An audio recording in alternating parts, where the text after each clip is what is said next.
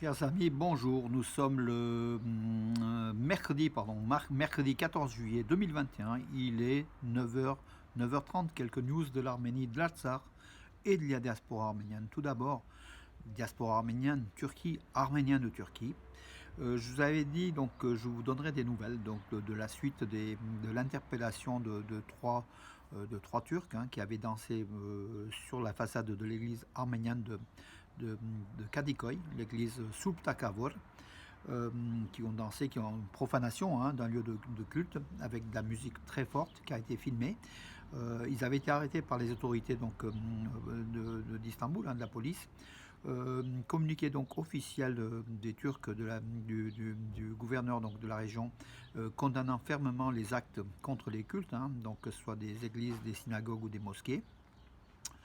Et je vous avais dit qu'en fait les personnes qui ont effectué ces troubles, à mon avis c'était un geste anti-arménien surtout, allaient être relâchées. Eh bien écoutez, on l'aurait deviné. Donc le jour même, ils ont été relâchés, bien sûr, sous surveillance, surveillance fictive, assignée à résidence, pipeau.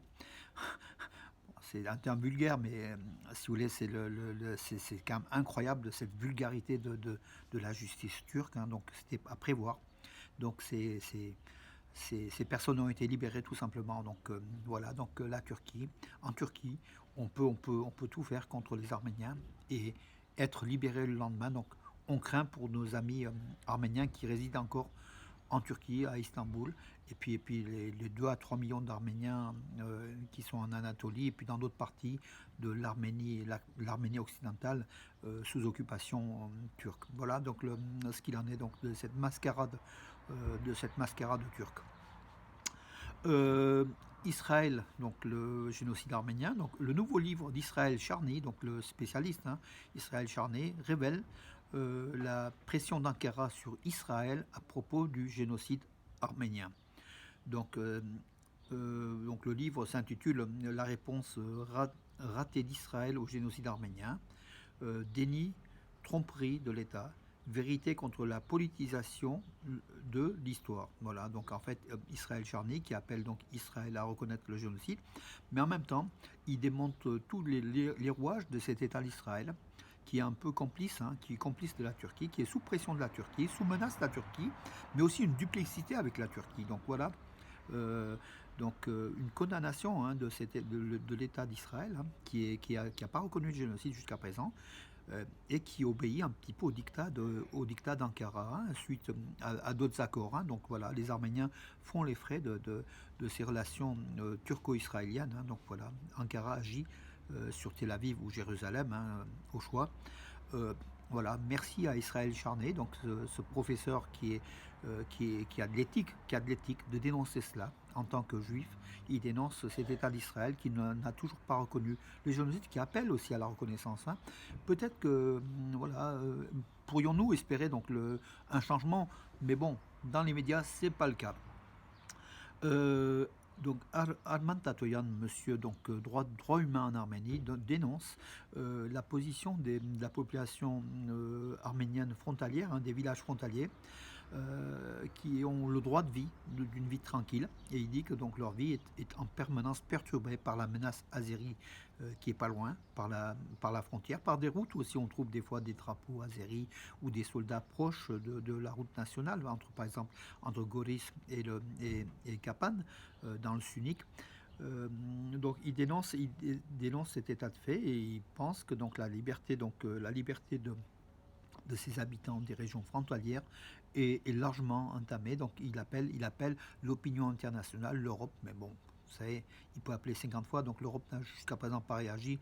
Au moins nous, les Arméniens, on réagit, on en parle, et peut-être qu'on agit quand le moment venu, en dénonçant cette inertie, cette complicité de l'Europe, du monde, et qui laisse faire un petit peu des Arméniens sur leur propre territoire, être victimes de la menace azérie, de la pression azérie. Nous ne s'énervons pas, mais bon, c'est vrai que ça commence à bien faire. On est un peu irrité de cette situation-là.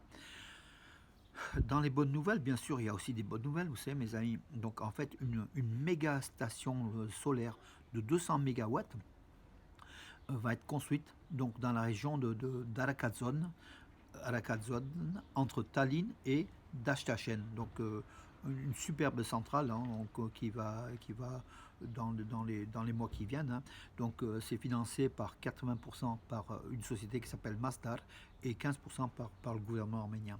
Euh, 320 millions d'AMD, donc de drams. Donc c'est par contre 174 millions de dollars hein, d'investissement pour cette hyper centrale solaire. Autour du lac Sevan, il y en a d'autres qui sont en cours d'installation. L'Arménie va devenir un pays solaire. L'Arménie, donc le pays de Naïri, c'est aussi le pays du soleil. Hein, vous savez, depuis la nuit des temps, l'Arménie a été appelée le pays du soleil. Voilà, donc d'où peut-être le culte de la lumière hein, dans l'Arménie pré-chrétienne.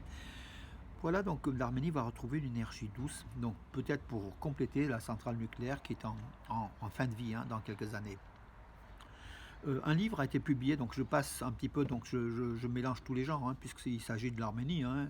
Donc en Arménie, les éditions Antares, qui sont des superbes éditions, hein, ont publié un livre en arménien, donc, qui s'appelle Notre Arménien de l'intérieur. C'est un livre traduit du turc sur Hrant-Dink. Donc il y a une cinquantaine pardon, 35 intellectuels, j'exagère un petit peu, vous savez, 35 intellectuels turcs qui évoquent le génocide, qui évoquent le Hrant-Dink, qui évoquent les Arméniens. Donc, et ces Arméniens de l'intérieur, c'est aussi Hrant-Dink, hein, avec des noms très connus qui ont collaboré à ce livre en arménien, disponible aux éditions Antares. Vous pouvez trouver l'adresse des coordonnées des éditions Antares sur ma page Facebook.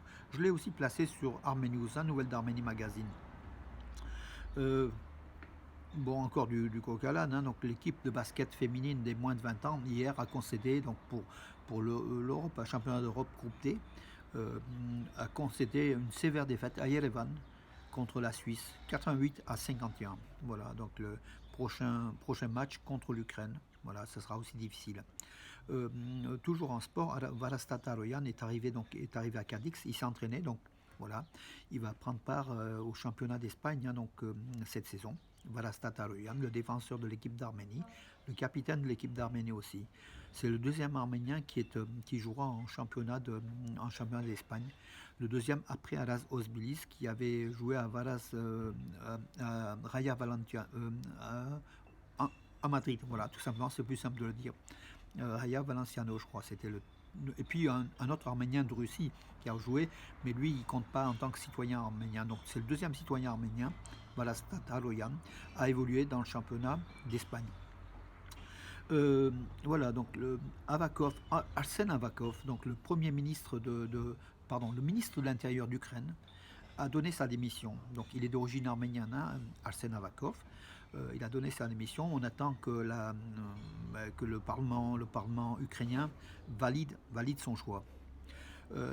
La diplomatie arménienne, donc l'Arménie, donc le ministère des Affaires étrangères d'Arménie a condamné fermement la visite des diplomates accrédités en Azerbaïdjan, la visite dans le territoire de l'Artsakh à Chouchi. Donc tout ça manigancé par Aliyev qui a fait donc un petit voyage donc direction Chouchi et beaucoup d'ambassadeurs n'ont pas refusé. C'est la diplomatie du caviar. Hein.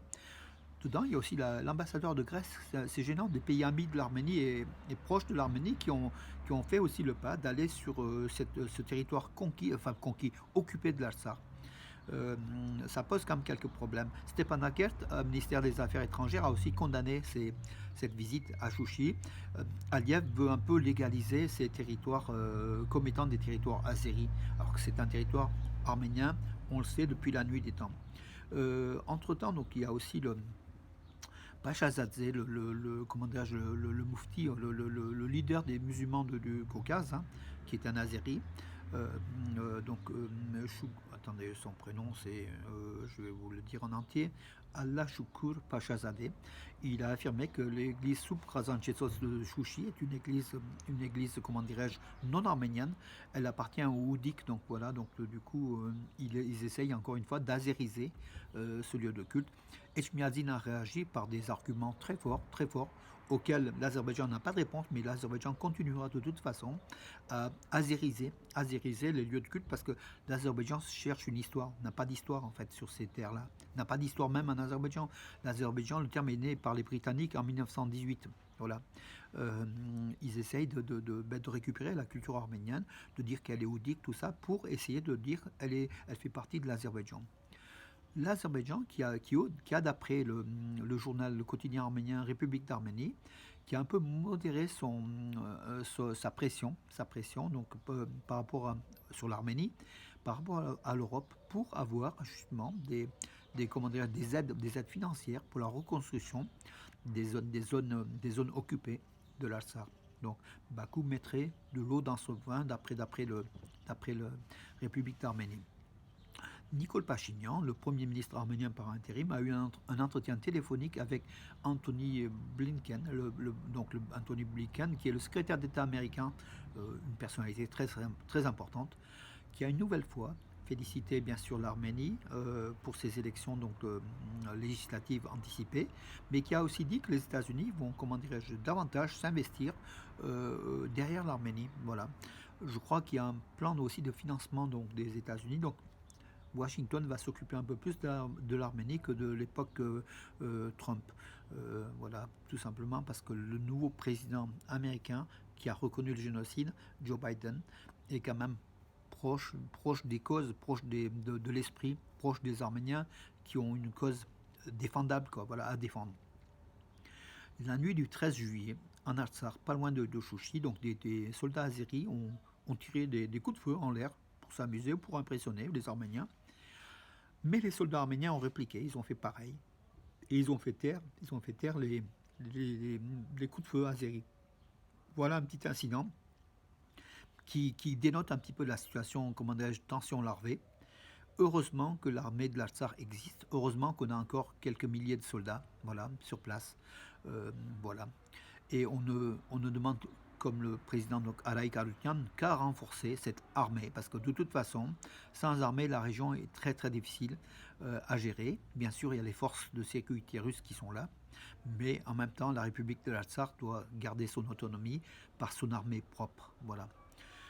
Écoutez mes amis, je crois que j'en ai fait le tour. Je suis en train oui, je sais pas vous. Alors, voilà, j'en ai fait le tour pour aujourd'hui, 14 juillet. Malheureusement, pas de feu d'artifice à Valence. Un temps maussade, comme vous le voyez donc derrière moi.